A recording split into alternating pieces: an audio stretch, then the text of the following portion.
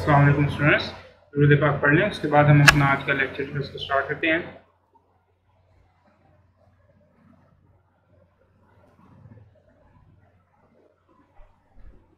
जी तो स्टूडेंट्स, हमारा जो है वो चैप्टर नंबर 1 चल रहा था। हमने थोड़ा सा इसका इंट्रोडक्शन किया था कल।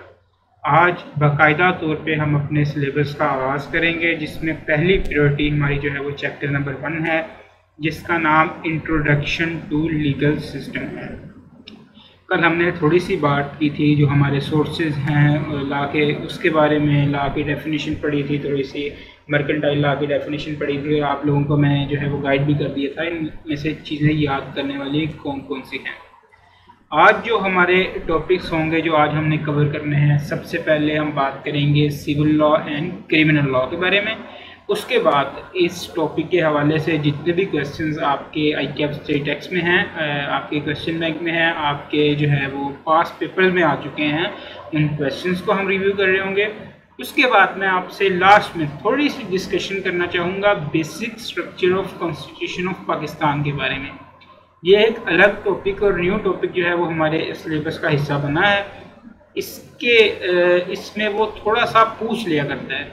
मैंने 2-3 जो है वो अटेम्प्ट्स में देखा है, इसने 2-2 मार्क्स के जो क्वेश्चन हैं वो पूछे हुए हैं, जिसकी वजह से हम इसको इग्नोर नहीं कर सकते। इसको याद करना बहुत सारे बच्चों को जो है वो मुश्किल लगता है। हम इसको किस तरह से याद करेंगे? हालांकि देखा जाए तो सीक्वेंस के हवाले से अगर हम चैप्टर को चलें तो हमारा civil law and criminal law के बाद जो है वो टॉपिक ये वाला नहीं बनता, लेकिन ये यहाँ पे मैंने क्यों रखा है, इसमें क्या डिस्कशन करनी है, वो लेक्चर के एंड पे मैं आप लोगों को बताऊँगा। बगैर किसी देरी के हम बाकायदा तौर पे अपना टॉपिक जो है उसका आगाज़ करते हैं, civil law and criminal law. लेकिन ये टॉपिक भी आगाज़ करने से पहले मैं आपको एक छोटी सी जो है वो स्टोरी सुनाना चाहूँगा।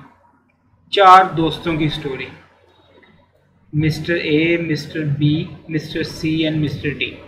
ये चारों के चारों जो थे ना वो अच्छे दोस्त थे, लेकिन आप लोगों को पता है जो दोस्तों का एक ग्रुप होता है उसमें 2 दोस्त कुछ इस तरह के होते हैं जिनकी बॉन्डिंग बहुत ज़्यादा जो है वो स्ट्रॉन्ग होती है। इनको हम बेस्ट फ्रेंड्स कह रहे होते हैं। कुछ 2 लोगों की लाजमी होती है। आप जितना भी कह लें कि ये सब जो है वो मेरे दोस्त हैं, आपके जितने भी क्लास फेलोज हैं आपके दोस्त हैं, लेकिन कोई एक दोस्त आपका ऐसा ज़रूर होगा जिसके साथ आपकी अच्छी इंटरेक्शन होती है। बिल्कुल इसी तरह मिस्टर ए और मिस्टर बी की आपस में इन चारों दोस्तों में ज़्यादा अच्छी इंटरेक्शन थी। वो भी आप लोगों की तरह CA के स्टूडेंट्स थे। अब आगे क्या हुआ? उन लोगों ने CA कंप्लीट किया, अपनी एफर्ट की, उन्होंने मेहनत की और अपनी अपनी जो है वो मल्टीनेशनल कंपनीज इस्टेब्लिश कर ली। ज़िंदगी के इसी मोड़ पे मिस्टर बी जो हैं उनको एक ज़रूरत पड़ी। उनको एक बड़ा ऑर्डर जो था ना वो कंप्लीट करना था, जिसके लिए उनको रॉ मटेरियल की या गुड्स की जो है वो ज़रूरत थी। तो वो इस हवाले से थोड़े से परेशान थे। मिस्टर ए जो कि उसके बहुत अच्छे दोस्त थे, उन्होंने उनको ऑफ़र की वो जो गुड्स हैं, वो जो आपको चाहिए, वो इन्वेंट्री जो चाहिए वो मैं प्रोवाइड कर देता हूँ। मिस्टर बी ने खुशी खुशी उनके साथ जो है डिलीवर गुड्स करने का कॉन्ट्रैक्ट कर लिया। ठीक है, contracts to deliver the goods mister B ने मिस्टर ए के साथ कर ली। अब आगे क्या हुआ? जैसे जैसे परफॉर्मेंस का जो है वो वक्त करीब आया, वो दिन आ गया जिस दिन मिस्टर ए ने मिस्टर बी को कॉन्ट्रैक्ट के मुताबिक गुड्स डिलीवर करनी थी, मिस्टर ए ने कॉन्ट्रैक्ट को ब्रीच कर दिया। ये आप अगर डायग्राम देखें ना तो ये टोपी की शक्ल में, कैप की शक्ल में, हैट की शक्ल में डायग्राम बनाई है। ये समझ लें उसने उसको टोपी करा दी। ठीक है, कॉन्ट्रैक्ट को जो है वो ब्रीच कर दिया। इन अदर वर्ड्स कॉन्ट्रैक्ट को तोड़ दिया, उसने गुड्स प्रोवाइड नहीं की। अब इस जुर्म में मिस्टर बी क्या उसका कत्ल कर दे, क्या उसको मार दे, क्या उसको जेल भेज दे? क्या ये इस नौयत का जुर्म है? इससे बेसिकली हुआ क्या है? मिस्टर बी को जब गुड्स नहीं मिली तो उसने आगे जो अपना ऑर्डर कंप्लीट करना था उसको नुकसान हो गया, उसको लॉस हो गया। क्या ये जुर्म इतना बड़ा है? क्या ये जुर्म भी है एग्जैक्टली जिसके लिए उसको सलाखों के पीछे भेज दिया जाए, जेल में भेज दिया जाए, या कत्ल कर दिया जाए, या उसको जो है वो डेथ सेंटेंस सुना दी जाए? बिल्कुल भी नहीं।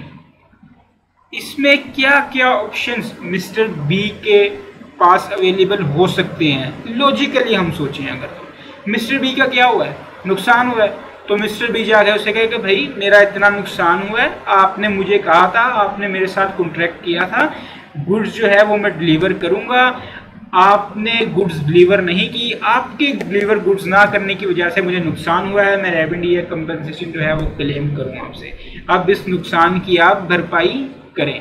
लॉजिकल सेंस बनती है, बजाय इसके कि उसको जाके जो है वो फांसी के लिए सू कर दे कि भाई इसको फांसी दी जाए, इसने मुझे गुड्स डिलीवर नहीं की इस बात के लिए, या इसको जेल भेज दिया जाए क्योंकि इसने मुझे गुड्स डिलीवर नहीं की, इसको 15 साल की कैद सुना दी जाए। बिल्कुल भी नहीं, उसका नुकसान हुआ है, वो नुकसान पूरा करे। क्यों, ऐसा क्यों है, वो उसको जेल क्यों नहीं भेज रहा, क्योंकि ये कोई जुर्म नहीं है, ये गलत जरूर किया है मिस्टर बी ने जो है, मिस्टर ए ने जो है वो गलत ज़रूर किया मिस्टर बी के साथ। इसे हम टॉर्ट कह सकते हैं, गलत हरकत कह सकते हैं, लेकिन इसको हम क्राइम नहीं कह सकते, इसको हम जुर्म नहीं कह सकते। ठीक हो गया, उसने मिस्टर ए ने जो है वो मिस्टर बी के साथ गलत किया है, जिसकी वजह से मिस्टर बी का नुकसान हुआ है, फाइनेंशियली उसको लॉस हुआ है, उसको गुडविल का लॉस हुआ है, उसे जो भी लॉस हुआ है वो ज़रूर उसकी भरपाई करवा सकता है मिस्टर ए से। वो खुद जो है मिस्टर बी एक्शन लेगा, वो कोर्ट जाए, कोर्ट को कहे कि भाई इसने ये देखो मेरे साथ कॉन्ट्रैक्ट किया था, मेरा इतना नुकसान हुआ है, मेरा ये जो नुकसान है वो पूरा किया जाए। मिस्टर बी खुद एक्शन ले रहा होगा मिस्टर ए के खिलाफ कि उसने मेरा इतना नुकसान कर दिया है, उसकी भरपाई की जाए, और वो खुद ही ये बात साबित कर रहा होगा, खुद ही ये बात प्रूव कर रहा होगा कोर्ट में कि ये देखें ये जो है वो कॉन्ट्रैक्टिंग हमारा डॉक्यूमेंट है, ये स्टाम्प हुआ था हमारा, ये हम दोनों ने साइन किए थे, ये मुझे इतनी गुड्स डिलीवर करने वाला था, मैं इसको इतने पैसे जो है वो प्रोवाइड करने वाला था, लेकिन इसने मुझे गुड्स डिलीवर नहीं की, जिसकी वजह से मुझे इतना नुकसान हो गया है, मैं इसकी जो है वो कंपनसेशन क्लेम करूँगा। ये सारा सिनेरियो जो मैंने आपको समझाया ये बिल्कुल सिविल लॉ का सिनेरियो, ये सारा सिविल लॉ का सिनेरियो है, इसमें किसी किस्म का क्राइम नहीं हुआ। ये मैं अभी आपको सिर्फ स्टोरी सुना रहा हूँ, असल में हम इसको आपकी जो बुक में लिखा हुआ है जो रियल में है वो हम पढ़ेंगे, लेकिन कहानी से आप लोगों को समझाने की कोशिश कर रहा हूँ कि बेसिकली सिविल लॉ में क्या क्या चीज़ें हो रही होती हैं। एक बार आपको समझ आ गया ना ये चीज़, उसके बाद जब हम इसको पढ़ना शुरू करेंगे आपकी बुक के हवाले से, तो आपको चीज़ें ज़्यादा आसान लगनी शुरू हो जाएंगी। अभी हमने पढ़ना शुरू नहीं किया, इसलिए परेशान ना हो अगर आपको समझ नहीं भी आ रही। जैसे ही पढ़ना शुरू करेंगे मैं दोबारा आपको चीज़ें बता रहा हूँ, इंशाल्लाह समझ आ जाएगी। फिल वक्त में आप लोगों को एक ये छोटी सी जो है वो स्टोरी टाइप बताई है, जिसमें मिस्टर ए और मिस्टर बी दो बहुत गहरे दोस्त हैं। उन दोनों ने आपस में कॉन्ट्रैक्ट किया मिस्टर ए ने कि मिस्टर बी को मैं जो है वो गुड्स प्रोवाइड करूंगा, लेकिन एट टाइम जब गुड्स प्रोवाइड की जानी थी मिस्टर ए जो है वो गुड्स प्रोवाइड नहीं कर सके मिस्टर बी को। अब मिस्टर ए ने ये गुड्स प्रोवाइड ना करके कोई क्राइम नहीं किया, गलत हरकत की है, टॉर्ट किया है, जिसकी बदौलत जो है वो बी कंपनसेशन क्लेम कर सकता है। खुद ही वो एक्शन लेगा, खुद ही प्रूव करेगा कि इसने मेरे साथ जुर्म किया, इसने मेरे साथ ये गलत काम किया है, इसने मुझे जो है वो गुड्स डिलीवर करनी थी, इसने मुझे गुड्स जो है वो डिलीवर नहीं की, जिसकी वजह से मेरा इतना नुकसान हो गया है, मुझे जो है वो कंपनसेशन दी जाए इस नुकसान की मिस्टर ए से लेके। That's it. अब बारी है मिस्टर सी और मिस्टर डी की। ये सिनेरियो होपफुली आपको समझ आ गया। अगर फिर भी कोई क्वेश्चन हो तो आपका मेरा जो है वो पर्सनल नंबर मैंने डिस्क्रिप्शन में दिया हुआ है, आप मुझसे पूछ सकते हैं। इसके बाद मिस्टर सी और मिस्टर डी भी थे। इन दोनों की उनसे ज़्यादा अच्छी अंडरस्टैंडिंग थी आपस में, ठीक हो गया, ये ज़्यादा क्लोज फ्रेंड्स थे। इनके दरमियान क्या हुआ, मिस्टर सी ने मिस्टर डी का मर्डर कर दिया। मिस्टर सी ने मिस्टर डी का मर्डर कर दिया, कत्ल कर दिया, ठीक हो गया। अब देखें डिफरेंस आपको समझ आ रहा है, मैं आप लोगों को समझाना क्या चाह रहा हूँ, आहिस्ता आहिस्ता आप लोगों को समझ आएगा। देखें अब मिस्टर डी के जो लीगल रिप्रेजेंटेटिव्स हैं, उसके घर वाले हैं, जो भी हैं, उनके पास क्या क्या ऑप्शंस अवेलेबल हैं। अब कॉमन सिनेरियो सोचें, किसी का कत्ल हो गया तो उसके घर वाले क्या होते हैं जी, पुलिस स्टेशन जाते हैं, पुलिस के पास जाते हैं, उधर जाके रिपोर्ट जो है वो लिखवाते हैं, ठीक है, कि भाई हमारे किसी रिलेटिव का किसी ने कत्ल कर दिया है, तो वो रिपोर्ट लिखवाते हैं। उसके बाद एक्शन कौन लेता है, पुलिस लेती है, पुलिस एक्शन लेती है, कातिल को पकड़ती है, उसे जेल में डालती है, उसके खिलाफ जो है वो कार्रवाई होती है, जो भी उसे सजा दी जाती है, दैट्स अ सेपरेट डिस्कशन। लेकिन बेसिकली एक्शन कौन ले रहा है? पुलिस ले रही है। पुलिस क्या है? स्टेट का हिस्सा है, हमारी रियासत का हिस्सा है। तो यहाँ पे लीगल एक्शन वो दूसरा बंदा खुद नहीं ले रहा, मिस्टर डी खुद नहीं ले रहा, ना ही मिस्टर डी के घर वाले ले रहे हैं। लीगल एक्शन कौन ले रहा है? स्टेट ले रही है। जबकि पिछले केस में क्या था, मिस्टर बी जो थे, जिनके साथ जो है वो ब्रीच ऑफ कॉन्ट्रैक्ट हुआ था, वो खुद एक्शन ले रहे थे, खुद कोर्ट जा रहे थे, खुद वकील कर रहे थे, खुद प्रूव कर रहे थे कि भाई मेरे साथ इतना गलत हुआ है। क्यों? क्योंकि वो एक टोर्ट था, वो एक क्राइम नहीं था। लेकिन यहाँ पे क्या हुआ? यहाँ पे एक क्राइम हुआ है, मिस्टर सी से एक क्राइम हुआ है। मिस्टर सी ने मर्डर किया है मिस्टर डी का, जिसकी वजह से अब लीगल एक्शन कौन लेगा? लीगल एक्शन स्टेट लेगी, और स्टेट ही प्रूव करेगी गिल्ट को या क्राइम को। जिसने क्राइम किया है उसके खिलाफ जितनी लीगल प्रोसीडिंग है, जो वकील है माफ कीजिएगा, जितनी भी लीगल प्रोसीडिंग है, जो वकील वगैरह होना है, जो भी कुछ होना है, वो सारा जिम्मेदारी किसकी है? वो सारी स्टेट की जिम्मेदारी है। उसके बाद मिस्टर सी को, उस केस में तो क्या था, मिस्टर बी जो है वो कंपनसेशन क्लेम कर रहे थे, ठीक है, मिस्टर बी जो है वो कंपनसेशन क्लेम कर रहे थे, जितना उसका नुकसान हुआ था उसकी भरपाई की जा रही थी। लेकिन यहाँ पे क्या होगा? यहाँ पे जो मिस्टर सी है उसको जुर्माने किए जाएंगे, उसको सजा दी जाएगी, उसको फांसी दी जाएगी, उसको जेल में डाल दिया जाएगा। मतलब सख्त लेवल की जो एक सजा है ना, वो यहाँ पे दी जाएगी। ये दो केसेस थे, इन दोनों केसेस को आप जहन में रखें।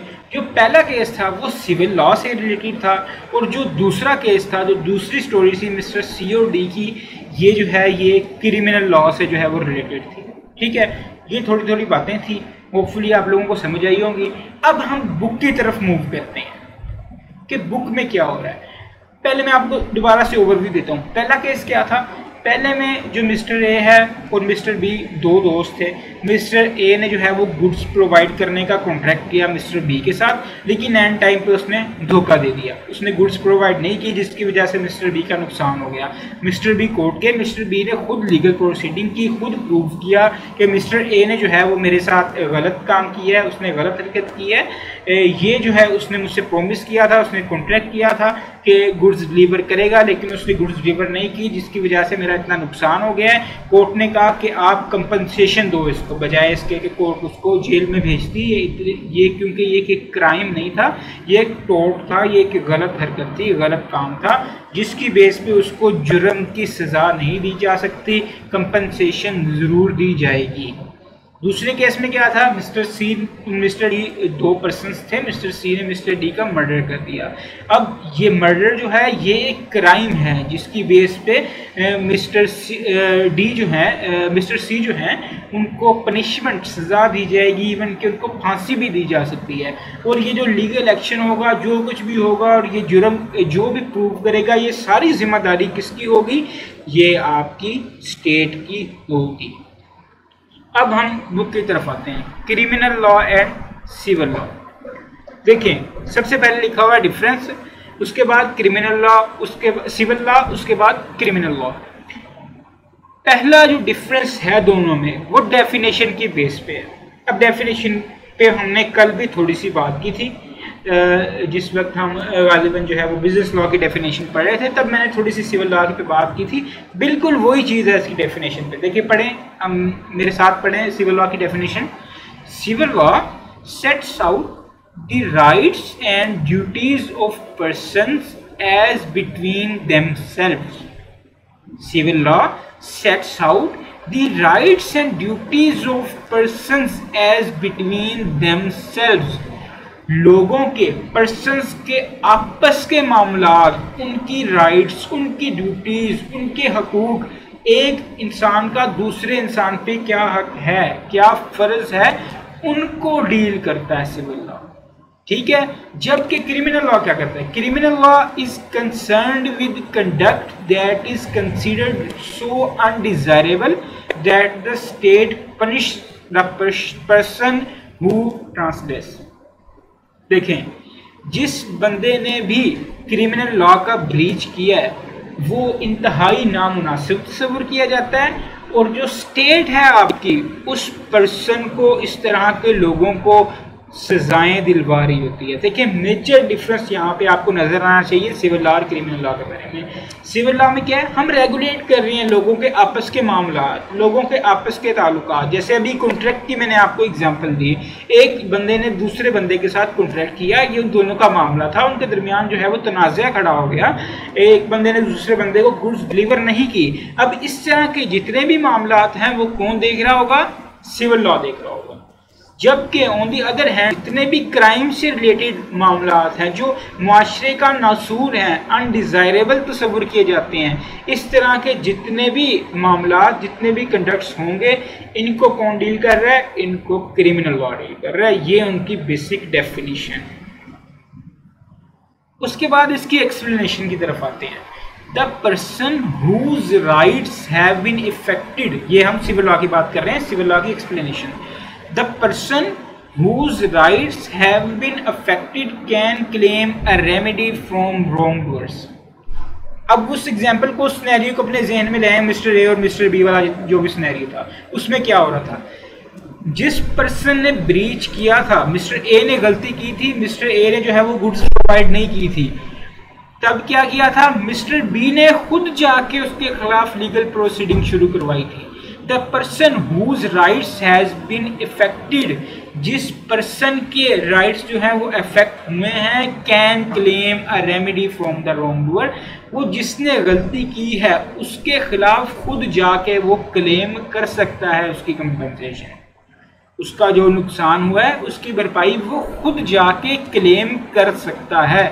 On the other hand criminal law में क्या हो रहा है, मिस्टर सी और मिस्टर डी वाली एग्जांपल अपने ज़हन में ले आए। Legal action may be brought by state against the individuals who are accused of being in breach of criminal law.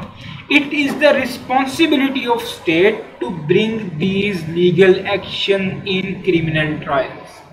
बिल्कुल वो मिस्टर सी और मिस्टर डी वाली एग्जांपल अपने जहन में ले आए। वहां पे क्या हुआ था, मिस्टर सी ने जो है वो मिस्टर डी का कत्ल कर दिया, उसके बाद लीगल प्रोसीडिंग कौन कर रहा था, स्टेट कर रही थी। मिस्टर डी के लीगल रिप्रेजेंटेटिव ने सिर्फ इतना काम किया, पुलिस में जाके रिपोर्ट लिखवा दी। अब सारा काम किसका है, पुलिस का है। पुलिस किसका हिस्सा है, हमारी स्टेट का हिस्सा है। उसके बाद जितना वकील करना है, जो भी करना है, वो सारा जिम्मेदारी जो है वो स्टेट की है। तो ये एक और मेजर डिफरेंस है कि जिस पर्सन के साथ सिविल लॉ में गलत हुआ है, टोर्ट हुआ है, वो खुद जाके जो है वो कंपनसेशन क्लेम कर रहा होगा, खुद कह रहा होगा कि भाई मेरे साथ ये ज्यादती हुई है, मुझे इसकी कंपनसेशन दी जाए। On the other hand criminal law में जिस बंदे के साथ क्राइम हुआ है, जिसके साथ ज्यादती हुई है, उसके लिए स्टेट आवाज़ उठा रही होगी, स्टेट जाके जो है वो क्लेम कर रही होगी। उस बंदे के जितने भी राइट्स अफेक्ट हुए हैं, उनका जो भी खमियाजा है, जो भी उनको सजाएं देनी है, जितने भी उनसे फाइन्स लेने हैं, वो सारी डीलिंग कौन कर रही होगी, हमारी स्टेट कर रही होगी।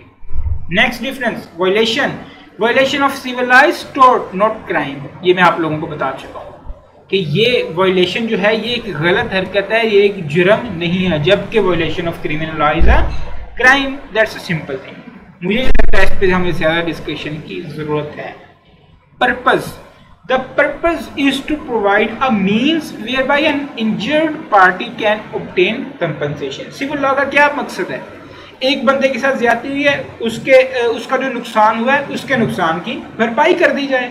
बेसिकली सिविल लॉ का यही मकसद है ना। सिविल लॉ में जिन चीज़ों से हम डील कर रहे होते हैं वो कोई बहुत बड़ा जुर्म नहीं होता, वो सिर्फ एक गलत काम होता है। गलत ज़रूर होता है लेकिन वो जुर्म नहीं होता। सो उसका मकसद ये होता है जिस बंदे के साथ गलत हुआ है उस बंदे को उसका कंपनसेशन मिलना चाहिए। On the other hand criminal law का क्या मकसद है, सोसाइटी को एक उनमें डिसिप्लिन को मेंटेन करना और जितनी भी जो वो गलत काम करते हैं उनको उस हवाले से डराना, उनको एक किस्म से डराना कि भाई अगर आप ये काम करोगे आपको इस लेवल की सज़ा मिल सकती है। वो जितने भी गलत कर रहे होते हैं, जितने भी जराइम कर रहे होते हैं, उन जराइम को जो है वो रोकना, सोसाइटी में एक बैलेंस क्रिएट करना ताकि हर बंदा एक अच्छा शहरी बने, ये मकसद होता है क्रिमिनल लॉ का। The purpose is to regulate the society, society को रेगुलेट करना by the threat of the punishment सजाओं के डर के साथ सोसाइटी में एक डिसिप्लिन मेंटेन करना, ये मकसद किसका होता है? हमारे क्रिमिनल लॉ का। तो देखें जो हमने एग्जाम्पल में डिस्कस किया वही बातें इन्होंने जो है वो तोड़ के यहाँ पे डिफरेंस की सूरत में लिखी हुई हैं। ये डिफरेंस याद करना बहुत ज़्यादा आसान काम है। सबसे पहले जी डेफिनेशन है, डेफिनेशन दोनों की हमने याद कर ली। इसके बाद एक्सप्लेनेशन है कि भाई जिसके साथ गलत हुआ है वो खुद जाके अपनी जो है वो कंपनसेशन क्लेम कर रहा होगा सिविल लॉ में।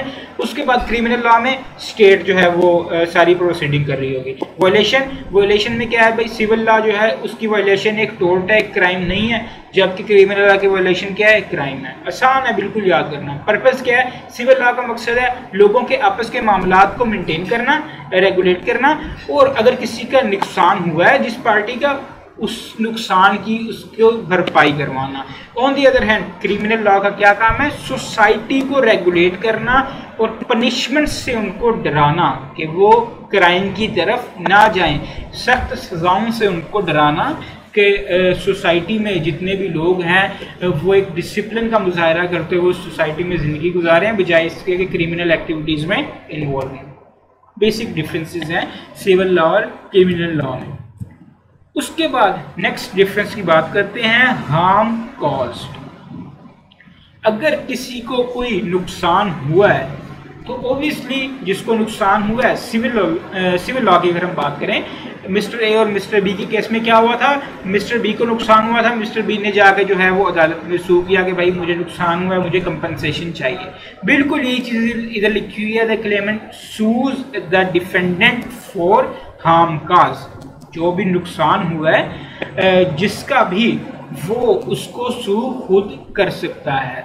जबकि क्रिमिनल लॉ में क्या चीज़ है? The state government prosecutes the accused whether और not the harm was caused. चाहे नुकसान हुआ है चाहे नहीं हुआ, स्टेट जो है वो प्रोसीडिंग करेगी क्रिमिनल के खिलाफ।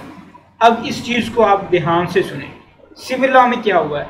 अगर नुकसान हुआ है देन ही उस नुकसान की भरपाई होगी। देखिए बेसिकली अगर आपका नुकसान ही नहीं हुआ तो अब आपको क्या मिलेगा? आपका नुकसान की जगह फायदा हो गया। मैं आपको एग्जांपल देता हूँ।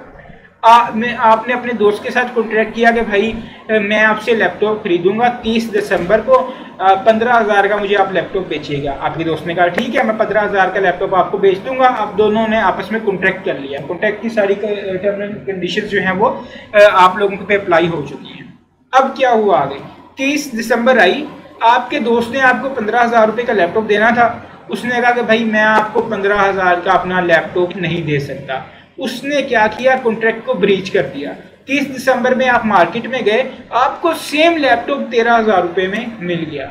सेम लैपटॉप 13,000 रुपये में मिल गया। अब आप क्या कंपनसेशन क्लेम करेंगे? अदालत में जाके क्या सू करेंगे कि भाई मुझे 2,000 रुपये सस्ता मिल गया? बिल्कुल भी नहीं। आप बेसिकली लॉस होने की बजाय 2,000 का फायदा हो गया आपके दोस्त की ब्रीच ऑफ कॉन्ट्रैक्ट की वजह से। आप कंपनसेशन क्लेम नहीं कर सकते। आप तब ही कंपनसेशन क्लेम करेंगे जब आपका रियल में नुकसान हुआ है। ये तो लॉजिकल सी बात है ना। On the other hand criminal law में ऐसा नहीं है। क्रिमिनल लॉ की एग्जांपल मैं देता हूं आप लोगों को, बात सुने। किसी भी पर्सन ने, मिस्टर एक्स ने आप पे फायर किया, आप बच गए। उसने आप पे कातिलाना हमला किया, आपको मारने की कोशिश की, लेकिन आप खुशकिस्मती से महफूज रहे, आपका नुकसान नहीं हुआ। तो क्या अदालत में जाएगा तो अदालत ये कह के छोड़ देगी कि भाई आप कौन सा मरे हो तो इसको सजा ही नहीं दी जा सकती? आपको कौन सा गोली लगी है? बिल्कुल भी नहीं है। ऐसा बिल्कुल भी नहीं होने वाला। क्रिमिनल लॉ में चाहे नुकसान हुआ है चाहे नहीं हुआ, मुजरिम को सजा दी जाएगी अगर उसने जुर्म किया है तो। ठीक हो गया? ये बात क्लियर हो? ये है हार्म कॉज वाला जो आपका डिफरेंस है। कोई इसमें रॉकेट साइंस नहीं है, बिल्कुल सीधी सीधी सी बातें हैं। आपसे यहाँ से केस स्टडी पूछी ही नहीं जाएगी, बिल्कुल भी केस स्टडी नहीं पूछी जाएगी। उन्होंने एज इट इज आपसे यहाँ से क्वेश्चन पूछने हैं। ठीक हो गया? नेक्स्ट डिफरेंस को देखते हैं। बर्डन ऑफ प्रूफ की अगर हम यहाँ पे बात करें, if the Clement can prove the wrong on the balance of probabilities, his litigation is successful and the defendant is held liable। यहाँ पे थोड़ी सी आपको समझने वाली बात है। इस तरह की बात अभी तक हमने जो है वो सिनेरियो में डिस्कस नहीं की थी, वो ABCD यहाँ पे बात क्या है? अगर जिसको सू किया गया है, ठीक है, उसका केस जाएगा कोर्ट में। कोर्ट किस बेस पे फैसला करेगी? ये जो डिफरेंस है ये उस बेस पे है जिस बेस पे कोर्ट का डिसीजन होगा। कोर्ट क्या देखेगी? मिस्टर ए है, मिस्टर बी है, ठीक है, वही वाला केस जो है वो अपने ज़हन में ले आए। मिस्टर ए ने मिस्टर बी के साथ कॉन्ट्रैक्ट किया था कि वो गुड्स प्रोवाइड करेगा, जबकि उसने प्रोवाइड नहीं किए। अब कोर्ट में जब ये डिसीजन जाएगा, बी अपने दलाइल पेश करेगा कि मैं सही हूँ, मुझे कंपनसेशन मिलनी चाहिए। मिस्टर ए जो है वो अपने दलाइल पेश करेंगे कि मैं सही हूँ, कंपनसेशन इसको नहीं मिलनी चाहिए। अब कोर्ट डिसाइड कैसे करेगी? कोर्ट डिसाइड करेगी प्रोबेबिलिटीज पे, टोटल 100% में से जिसके चांसेस ज़्यादा हैं केस को विन करने के, उसके हक में फैसला दे दिया जाएगा। In case of civil law, civil law के केस में क्या होगा? प्रोबेबिलिटीज के बेस पे डिसीजन होगा। प्रोबेबिलिटी गालिबन आप अपने क्यूएम में भी पढ़ चुके हैं। प्रोबेबिलिटी के बेस पे जो है वो डिसीजन होगा जिसके चांसेस ज़्यादा बन रहे हैं, जिसके दलाइल जो हैं वो उनमें वजन ज़्यादा है। फॉर एग्जांपल 55 और 45 है तो 55 वाले के हक में जो है वो फैसला दे दिया जाएगा, जबकि क्रिमिनल लॉ में ऐसा नहीं है। क्रिमिनल लॉ में चूंकि सजा दी जानी है और आपको फांसी तक भी दी जा सकती है, तो तमाम जो है वो 100% जब तक प्रोबेबिलिटी नहीं हो जाएगी, 100% जब तक प्रूफ नहीं हो जाएगा, तब तक किसी को मुजरिम नहीं कहा जा सकता, उसको मुल्जिम कहा जाएगा। क्रिमिनल लॉ में देखिए burden of proof, if the state can prove the offence beyond and convicted successful and accused is found guilty and convicted।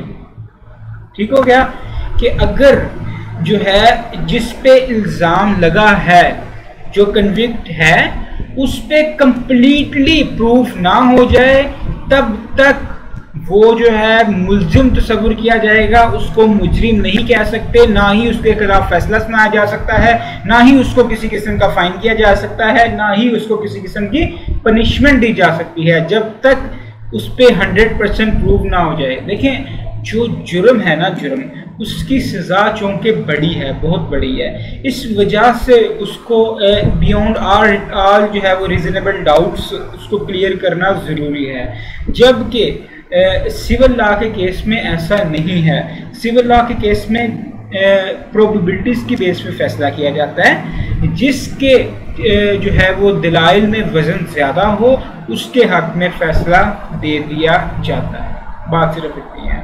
Last point remedy, बिल्कुल वही कंपनसेशन वाला पॉइंट। द सिविल कोर्ट में order the defendant to पे damages or it might order some other remedy such as specific performance or injunction। यहाँ पे क्या कहना चाह रहा है? सिविल लॉ के केस में कोर्ट क्या करेगी? उसे कह सकती है कि भाई आपने जितना नुकसान किया था, जैसे मिस्टर ए और मिस्टर बी वाला केस है, मिस्टर बी को जो है मिस्टर ए को कह सकती है कि मिस्टर बी का आपकी नॉन परफॉर्मेंस की वजह से इतना नुकसान हो गया है, तो आप मिस्टर बी को इतना जो है वो पे करें। अदरवाइज वो कह सकती है मिस्टर ए को कि अभी भी टाइम है, आपने जो गुड्स प्रॉमिस की थी वो मिस्टर बी को प्रोवाइड की जाए। कोर्ट ये ऑर्डर दे सकती है। जबकि क्रिमिनल लॉ में क्या है? क्रिमिनल लॉ में इस तरह का कोई केस नहीं है। कोर्ट फाइन भी करेगी, पनिशमेंट भी देगी, ये कोर्ट की मर्जी है, उस क्राइम की नोयत पे डिपेंड करता है कि वो कितना बड़ा क्राइम था। लेकिन यहाँ पे जो स्पेसिफिक चीज़ है वो पनिशमेंट्स हैं, जैसे कि इम्प्रिजनमेंट है, आपको जेल की सज़ा हो सकती है, इवन के डेथ सेंटेंस भी हो सकता है। देखिए क्या लिखा हुआ है, द क्रिमिनल कोर्ट में sentence the defendant to a fine, fine भी उसको कर सकती है, और it might impose some other fine such as imprisonment और डेथ सेंटेंस। फाइन भी कर सकती है, उसको सज़ा भी दे सकती है, जिसमें जेल की सज़ा, कैद की सज़ा और मौत की सज़ा शामिल है। तो ये इन टोटल आपका डिफरेंस है सिविल लॉ और क्रिमिनल लॉ का। बिल्कुल ही सिंपल सी चीज़ें हैं, इतनी ज़्यादा कोई रॉकेट साइंस नहीं है, सिंपल सी चीज़ें हैं। आप सिंपल इसका ट्रांसलेशन भी करते जाएं ना इन चीज़ों की, तो आपको ये चीज़ें समझ आने लग जाती हैं। नेक्स्ट और लास्ट चीज़ इसमें है इनकी एग्जाम्पल्स देखें, आपने कोशिश करनी है कि यही वाली एग्जाम्पल्स लिखनी है।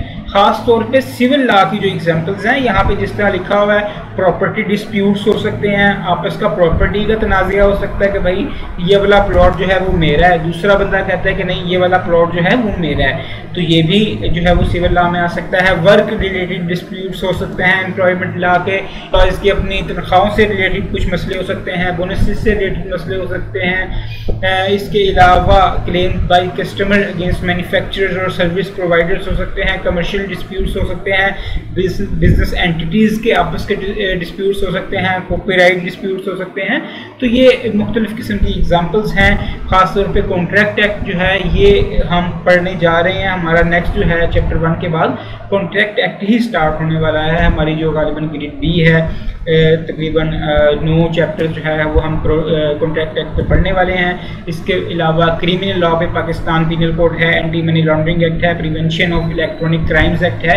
ये भी तीनों एक्ट्स जो हैं वो हम लास्ट 3 चैप्टर्स हम पढ़ने वाले हैं। तो ये सारी एग्जाम्पल्स तकरीबन आपकी बुक से ही दे दी गई हैं, तो एग्जाम्पल्स को आपने देख लेना। यही वाली एग्जाम्पल अगर एग्जाम में क्वेश्चन आता है तो आप लोगों ने लिखनी है। ये था हमारा टॉपिक सिविल लॉ और क्रिमिनल लॉ का। इस चैप्टर का ये बहुत ही ज़्यादा इम्पोर्टेंट टॉपिक है। इतना ज़्यादा इम्पोर्टेंट टॉपिक क्यों है, इसकी वजह नेक्स्ट स्लाइड पे आपके सामने है। टॉपिक के क्वेश्चंस, सबसे पहले आपके ICAP स्ट्रीट टेक्स्ट में क्या क्वेश्चन है, distinguish between civil law and criminal law, give 2 examples of each. तो अब क्या आप क्रिमिनल लॉ और सिविल लॉ को डिफ्रेंशिएट कर सकते हैं? यार यहाँ से यही क्वेश्चन आना है, यहाँ से वो केस स्टडी नहीं बना सकता। वो आपसे डिफरेंस पूछ लेगा, वो आपसे डेफिनेशंस पूछ लेगा, वो आपसे एग्जांपल्स पूछ लेगा, इसके अलावा वो यहाँ से कुछ भी नहीं पूछ सकता। तो इस हवाले से इस टॉपिक को तैयार करना है। पास पेपर में ये क्वेश्चन किस तरह से आया हुआ है इस टॉपिक में से, distinguish between civil law and criminal law, give 2 examples of each. As it is question जो आपके ICAP स्ट्रीट टेक्स्ट में लिया गया है, ये आपके पास पेपर का क्वेश्चन है, ऑटम 2012 का ये क्वेश्चन है। ऑटम 2012 का क्वेश्चन एज इट इज ताकि आपके क्वेश्चन बैंक में जो है वो ICAP स्ट्रीट टेक्स्ट में डाल दिया गया है। अब ये देखिए, ये 6 मार्क्स का क्वेश्चन है। लिखना क्या था, civil law and criminal law के दरमियान जो है वो डिफरेंस लिखना था और 2 एग्जाम्पल हर किसी की लिखनी थी। मेरा ख्याल है उसने 1-1 नंबर एग्जाम्पल के लिए रखा होगा और 4 नंबर उसने 4 डिफरेंस के लिए लिखे होंगे। 4 डिफरेंस और आप दोनों की 2-2 एग्जाम्पल जो है वो लिख देते तो इजीली आप लोगों के इसमें 6 मार्क्स मिल जाने थे। आप सोच रहे होंगे तो बड़ा पुराना क्वेश्चन है, ICAP इस तरह के क्वेश्चन, इस तरह के आसान क्वेश्चन जो है ना वो पहले पूछा करता था, अब नहीं पूछा।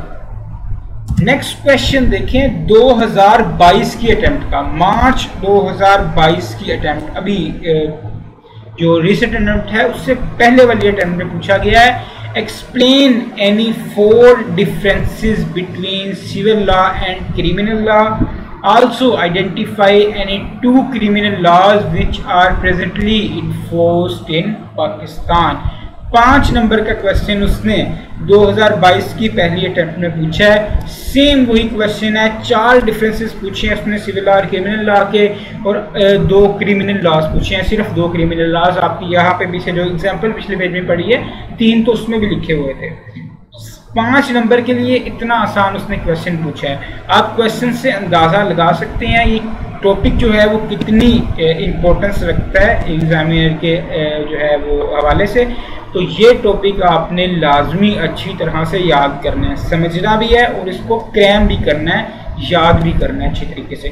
कम से कम 5 से 6 डिफरेंस आप लोगों को पता होने चाहिए और दोनों की आप लोगों को 4-4 एग्जाम्पल जो हैं वो पता होनी चाहिए, सिविल लॉ की भी और क्रिमिनल लॉ की भी। देखें, अगर आप साथ साथ तैयार करते जाएंगे ना चीज़ों को, तो ये बहुत ज़्यादा आसान है आप लोगों के पास करने के लिए। कोई ट्विस्ट नहीं डालेगा एग्जामिनर। जो मैं बताऊंगा ना आप लोगों को कि इस टॉपिक में से इस तरह का क्वेश्चन आना है, इंशाल्लाह उस टॉपिक में से उसी तरह का क्वेश्चन आ रहा होगा। कोई आप लोगों के लिए जो है वो हैरानगी वाली बात नहीं होगी जब आप जो है वो अपने फाइनल पेपर में बैठे हुए होंगे। तो साथ साथ चीज़ों को लेके चलें और साथ साथ आप तैयार करते जाएं, तो इंशाल्लाह ये जो सब्जेक्ट है बीला, ये आपके कैफ का सबसे आसान सब्जेक्ट बन जाएगा। ये था हमारा आज का topic, main topic civil law और क्रिमिनल लॉ।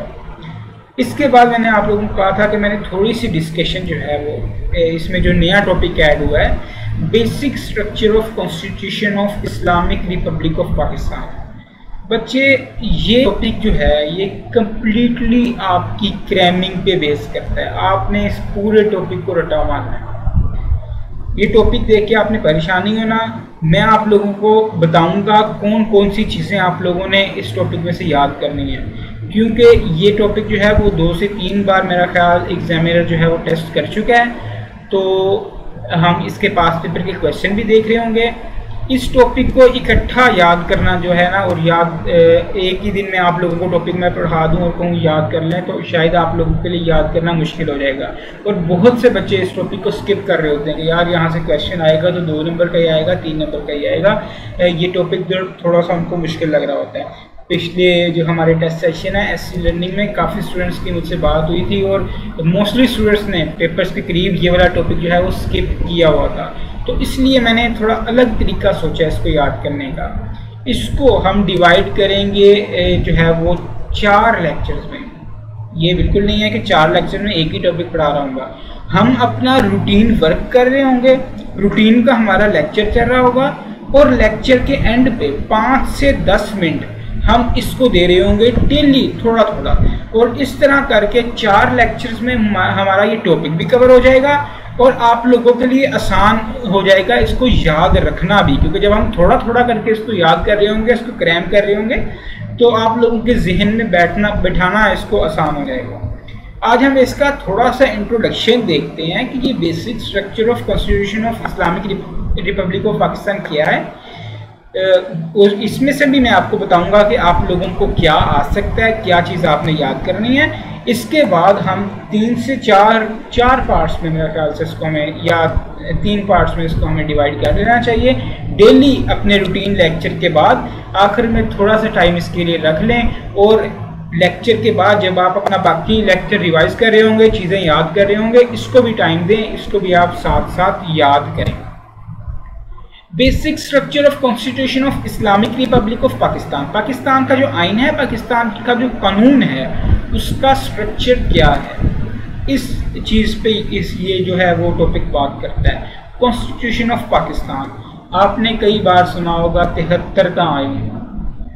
73 का आइन जो 73 का आइन है ना, वो कॉन्स्टिट्यूशन ऑफ पाकिस्तान 1973 ही है। बेसिकली हमने जब बेसिस ऑफ लॉ पढ़ी तो आपको वहाँ पे 3 चीज़ें मैंने बताई। एक तो था इंग्लिश कॉमन लॉ, एक इस्लामिक शरिया लॉ, एक कॉन्स्टिट्यूशन ऑफ पाकिस्तान 1973। जब पाकिस्तान बना तो पाकिस्तान को चलाने के लिए एक आइन की ज़रूरत थी जिसके तहत तमाम मुल्क जो है वो काम कर रहा हो, उन कवानीन को फॉलो किया जा रहा हो। कौन कौन से कवानीन होने चाहिए, तो बड़े कानूनदान और जो उलमा कराम हैं हमारे, वो बैठे और उन्होंने एक आइन तश्कील दिया। पहले गालिबन 56 का आइन 1956 में भी बना था, उसके बाद ये रिवाइज हुआ था 1973 में, और अभी तक जो है वो हमारा कॉन्स्टिट्यूशन ऑफ पाकिस्तान 1973 ही चल रहा है। काफ़ी अमेंडमेंट्स इसमें हो चुकी हैं, अमेंडमेंट्स होती रहती हैं, क्योंकि स्टार्टिंग में जब मैंने आपको लॉ की डेफिनेशन पढ़ाई थी तब भी मैंने आपको बताया था लॉ जो है वो रिजिड नहीं है, लॉ जो है वो फ्लेक्सिबल है, लॉ में चेंजिंग हो सकती है। लॉ जो है वो इंसान का बनाया हुआ ही है, तो इसमें चेंजिंग पॉसिबल है। तो कॉन्स्टिट्यूशन ऑफ पाकिस्तान जो है वो 1973 में जो है वो तैयार हुआ।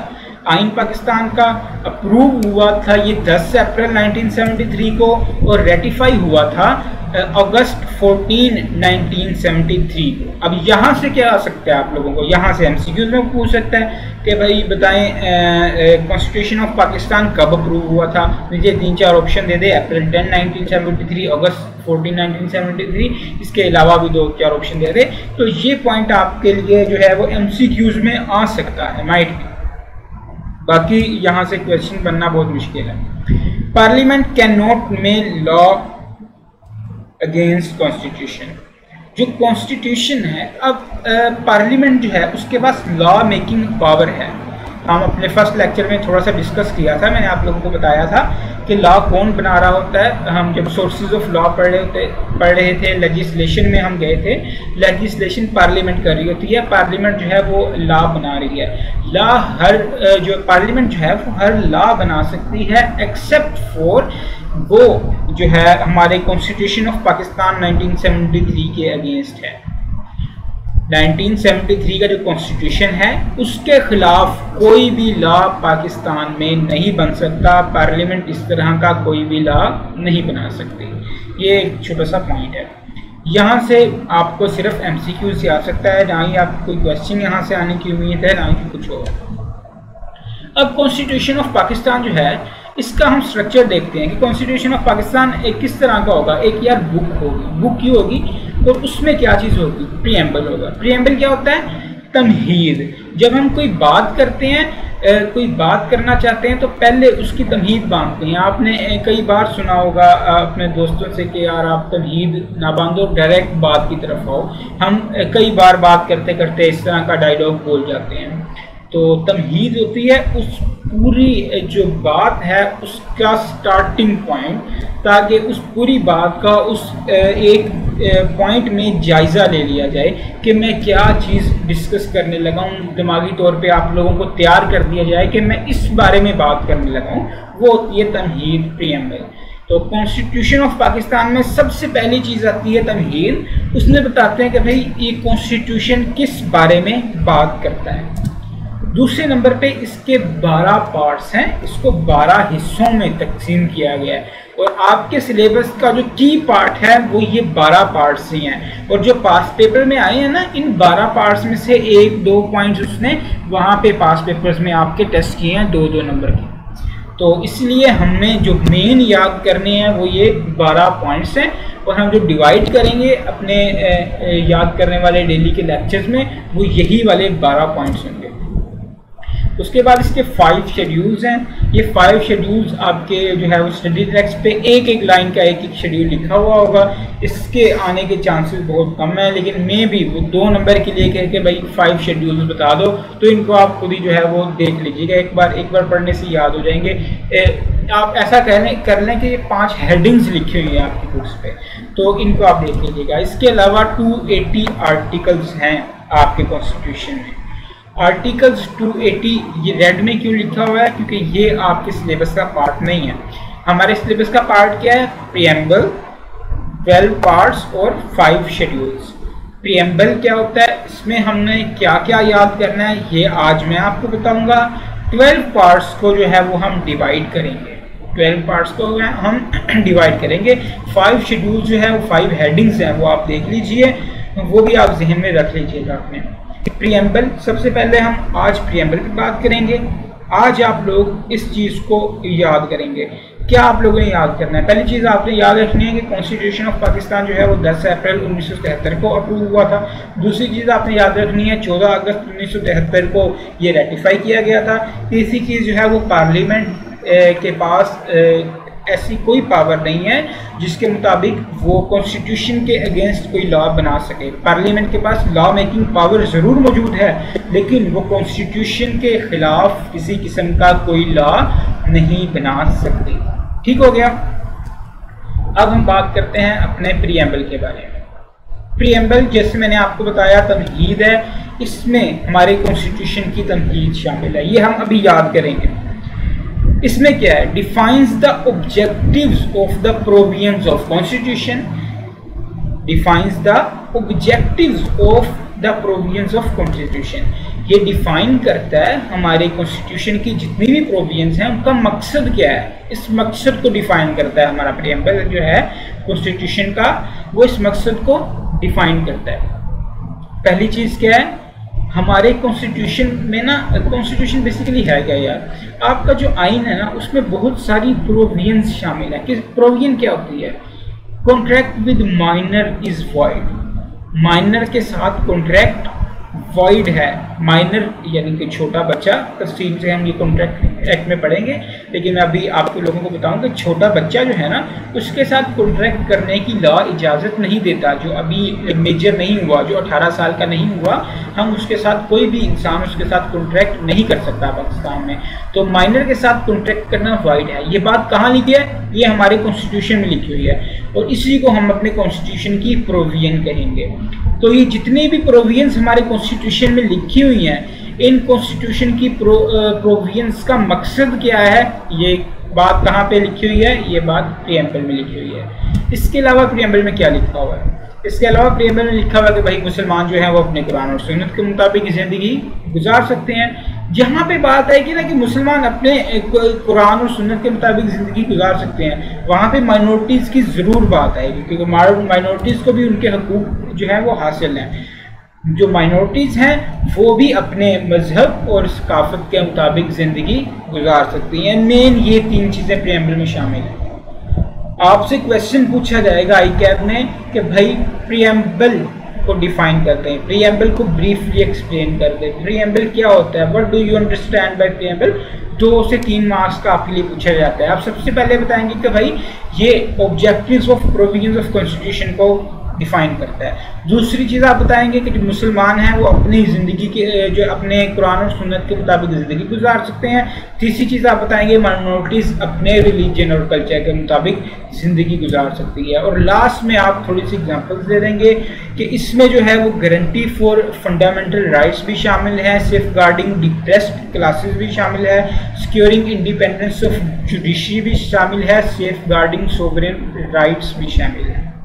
बुनियादी हकूक़ की जो है वो भी गारंटी देता है। इसके अलावा डिप्रेस क्लासेस बेसिकली होती हैं निचली ज़ात के लोग। हिंदू कल्चर में, ख़ासतौर पे इंडियन कल्चर में आप लोगों ने काफ़ी ज़्यादा सुना होगा, वो कुछ लोगों को अछूत कहते हैं, गालिबन जो है वो बड़ी ज़ात के लोगों के को हाथ भी नहीं लगा सकते, वो उनको हाथ लगाएंगे तो वो नापाक हो जाएंगे। इस तरह के जो है वो कवानीन इस्लाम में तो इस तरह की कोई चीज़ नहीं है। तमाम मुसलमान जो बराबर हैं, लेकिन बहुत सारे दूसरे मज़ाहिब हैं जिनमें इस तरह की अजीब सी चीज़ें हैं। इस वजह से उन लोगों के हकूक़ का तहफ़्फ़ुज़, इसके अलावा जुडिशरी वगैरह के और आप लोगों के सोवरेन राइट्स का तहफ़्फ़ुज़, ये सारी चीज़ें प्रीएम्बल में मौजूद हैं। तो प्रीएम्बल के हवाले से आपने ये 3-4 चीज़ें अपने जहन में रखनी हैं। अभी तक ये ICAP में टेस्ट नहीं हुआ, क्योंकि 2 या 3 अटेम्प्ट्स हुई हैं जब से ये शामिल हुआ है। इस टॉपिक से, प्रीएम्बल से अभी तक कोई क्वेश्चन आपके जो है वो पास पेपर में नहीं आया, लेकिन इस बार ये आ भी सकता है 2 से 3 मार्क्स का। इसको आपने अपने जहन में रखना है। अब हम 3-3 पार्ट्स या 4-4 पार्ट्स इसके जो कॉन्स्टिट्यूशन ऑफ पाकिस्तान है इसके जो है वो किया करेंगे डेली, अपने लेक्चर के साथ इसको कवर किया करेंगे। इसके अलावा इसमें अगर कोई पास्ट पेपर में आपके ICAP क्वेश्चन बैंक में स्टडी टेक्स्ट में कोई क्वेश्चन है तो उसको भी हम डेली बेसिस पे डिस्कस किया करेंगे। इसके अलावा टॉपिक्स हमारे वैसे ही चलते रहेंगे, पूरा टॉपिक हम अच्छी तरह से पढ़ेंगे और उसके जो है वो क्वेश्चंस अगर किसी के भी माइंड में है, मैंने अपना पर्सनल नंबर डिस्क्रिप्शन में दिया गया है। आप एक क्वेश्चन को 10 बार पूछें, 20 बार पूछें, 50 बार पूछें, नो इशू, आप कितनी बार भी पूछ सकते हैं जब तक आपको वो 100% समझ नहीं आ जाती। अगर आपको उसकी 90% भी समझ आ गई है तब भी आपने उसको पूछना नहीं छोड़ना जब तक आप 100% क्लियर नहीं हो जाता। यार ये बहुत आसान सी चीज़ें हैं, ये सारी चीज़ें आपकी याद करने वाली हैं। जो चैप्टर 1 है ख़ास तौर पे जो समझाने वाली चीज़ें ना, सही वाली समझाने वाली चीज़ें, वो चैप्टर 2 से शुरू होती हैं। यहाँ पे देखें अभी तक हमने 2 लेक्चर्स हो गए, 1.5 लेक्चर तकरीबन हमारा हो गया। हमने क्या पढ़ा है? पहले हमने डेफिनेशन पढ़ी लॉ की, वो आपने याद करनी है। मर्केंटाइल लॉ की डेफिनेशन पढ़ी, वो आपने याद करनी है। बेसिस ऑफ जो है वो हमारी पढ़े हमने अपने लॉ के। उसके अलावा सोर्सेज ऑफ लॉ पढ़े, वो सारे आपने याद करने हैं। उसने कोई सिनेरियो नहीं पूछना, उसने सीधा कहना सोर्सेज ऑफ लॉ बता दो। आपने जो रट्टा लगाया हुआ है, अपना क्रैम किया हुआ है, चीज़ें समझ के आपने क्रैम की हैं वो आपने लिख देनी है। Civil law and criminal law पढ़ा, जितना समझने वाला था वो मैंने आपको समझाया। बाकी ये करना आपने याद ही है और इसको आपने, उसने कोई सिनेरियो नहीं पूछना, उसने कहना है distinguish between civil law and criminal law की विद एग्जांपल्स। अगर यहाँ से क्वेश्चन पूछेगा, इससे दूसरा क्वेश्चन को वो जा ही नहीं रहा जब से आपकी जो है वो बीला बनी है। यहाँ से जब भी वो क्वेश्चन पूछता है वो यही क्वेश्चन पूछता है, इसके अलावा उसने कुछ पूछना ही नहीं है। ये भी आपने याद करना है। प्रीएम्बल है, प्रीएम्बल में कोई भी रॉकेट साइंस नहीं है, सिर्फ इंग्लिश लिखी हुई है और इसका तर्जुमा करें, ये आपने याद करना है प्रीएम्बल को। तो बेसिकली पहला चैप्टर जो है वो है ही क्रैमिंग बेस, आपका याद करने वाला चैप्टर है। इस पर आप टाइम लगाएं, मेहनत करें। 5 से 8 नंबर आपको ये चैप्टर देगा। अगर ये चैप्टर डाल हुआ, कोई भी आपसे ये 5 से 8 नंबर छीन नहीं सकता अगर ये चैप्टर आपका तैयार है। वो इस चैप्टर में से आपको कहीं से भी कोई घुमाने वाला, कोई केस स्टडी वाला, कोई मुश्किल सवाल पूछ ही नहीं सकता। वो मजबूर है, ये चैप्टर ही ऐसा है, उसे मजबूरी में आपको स्ट्रेट फॉरवर्ड क्वेश्चन पूछना पड़ेगा। ठीक है, तो अगर जिस बच्चे ने इस चैप्टर को अच्छे से याद किया हुआ है, साथ साथ हम मैं बहुत थोड़ा पढ़ा रहा हूँ, तो साथ साथ आप इसको याद करते जाएं, बहुत ज़्यादा जो है वो आपके लिए चीज़ें इजी हो जाएंगी, बहुत कॉन्फिडेंट हो जाएंगे इंशाल्लाह। जैसे ये चैप्टर कंप्लीट होगा हम इसका जो है वो टेस्ट भी रखेंगे। टेस्ट भी आप लोग दें मेरे पास। आप SC लर्निंग का टेस्ट सेशन ज्वाइन कर सकते हैं। अगर आप ये लेक्चर्स ले रहे हैं तो आप वैसे ही बगैर पे किए आप जो है वो मेरे पास टेस्ट दे सकते हैं इस चैप्टर के।